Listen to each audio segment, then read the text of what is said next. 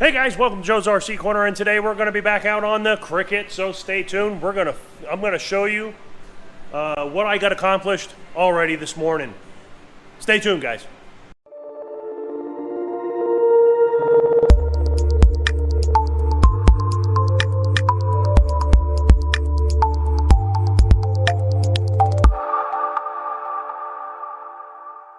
All right, guys, so like I said, I'm going to show you what I got accomplished today. I actually got something good done.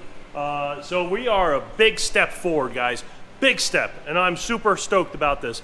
The last piece of avionic equipment that I needed to get hooked up and wired, more or less wired and working. Now the only things I got to do is set up my headsets. I got to run the wires back to the headset plugs, and then we can try out things. The push to talk is also not wired, but we did get the radio in and working, so at least that's that. So let's go ahead and take a quick peek at it.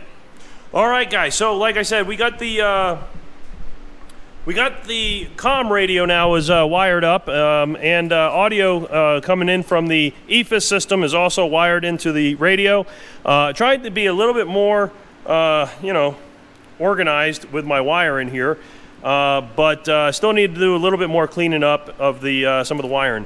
Now what I did is I did end up adding another grounding block in here. I'm not sure if you'll be able to see it, but I have another grounding block, and they're now linked together, which then grounds to the engine through this grounding strap here. So push the talk wire, still need to wire those up, but I am waiting on my new hand grip, which should be here hopefully in the next couple of days or so.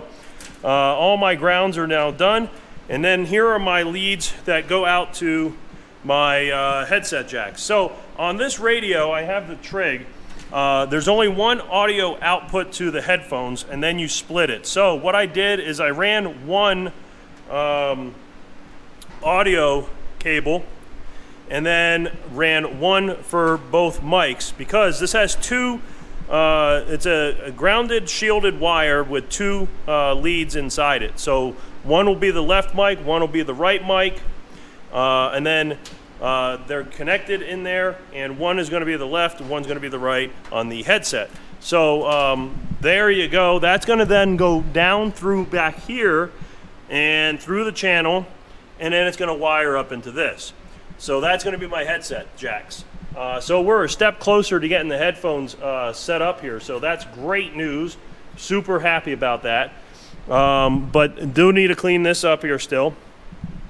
But let's go ahead and I'll show you really quick here. So all my power is working, so if I turn on my master switches here, there's master. I have my EFIS shows up, and then we turn on the Avionics switch, and now you'll see here the radio is now functioning. Pretty cool, guys. So that's great. So now I can start playing around with this here. But anyways, I got to learn how to use it. But yeah, that's awesome. That is now functioning. Okay, guys. So as you can see, I got the Cricket outside, and we are running the engine for a little while. No prop on it, so I'm not revving it or anything like that. But I wanted to check all my avionics, check my radio, because I finally got my headsets all installed here, and that's all working awesome. My radio works. I've had a couple of radio checks. Everything works great. So very happy, and everything else is working really good. So we're gonna go ahead and shut her down and start working on the next steps. Okay, guys, so we're going to be calling it for the day. It's almost 3 o'clock here, and it's getting really hot. Already made it through the hottest part of the day. But basically, we've gotten a lot done today. I'm really happy with what we got accomplished. So we have our headsets now. That headset jacks and everything are all in. Do have to clean up the wire in here and get everything put away. Get it all tied off to the side so it doesn't interfere with my rudder cables. That's all routed down and through and up underneath the panel. So that works. Comm radio is now fully functional. I've done multiple ground checks with air traffic, and everybody hears me just fine. So all good there. Back in this area, we wired my warning light for the engine, for the EIS. We'll get that kind of situated a little bit more, but got that wired up. I got my wigwag controller mounted underneath here and a terminal block that's going to be my connections for all my wires from there to the switches, and then also up to the wings. We started to route wires and stuff down from the wings. I am waiting on some more wires to come in the mail. Once we get those in, we'll be able to do a little bit more. But clean this all up in here. So we now have my wires coming up through the wing here, through that rear spar. I do have my connector here for my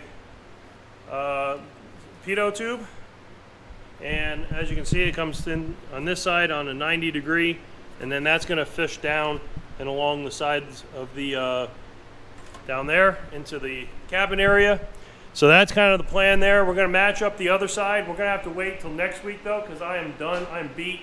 I'm ready to go home, and we'll work on that side later. All right, guys, so that's it for today's video. Make sure you hit that like button, hit the subscribe button if you like what you're seeing. I'll catch you guys on the next video. And if you're interested, buy a t-shirt, help support the channel, and help support the Cricket build. All right, so I'll catch you guys next time. So long now.